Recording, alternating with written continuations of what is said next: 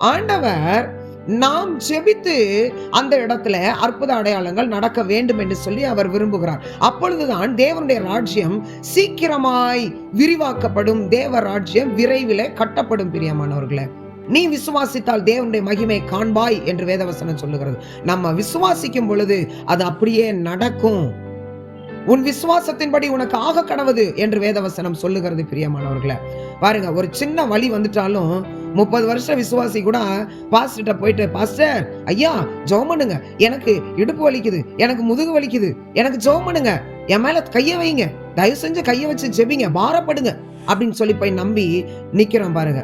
அது மட்டும் இல்ல, நேத்தே அவ ஒரு மாதிரியாவே என்னைய பார்த்தா பாஸ்டர், நேத்தைக்கே இவன் ஒரு மாதிரியாவே பார்த்தான், அப்பயே நினைச்சேன் ஏதோ ஒண்ணு செய்ய போறான் அப்படின்னு. நேத்து அவ ஒரு மாதிரி பார்த்தாளா, இன்னைக்கு பாருங்களேன், காலையில இருந்து எனக்கு ஒரே வலியா இருக்குது, கைய வச்சு ஜெபம் பண்ணுங்க பாஸ்டர் அப்படின்னு சொல்லுகிற விசுவாசிகள் வருஷ கணக்கு மாத்திரம் 20 வருஷம் 30 வருஷம் விசுவாசிகள்.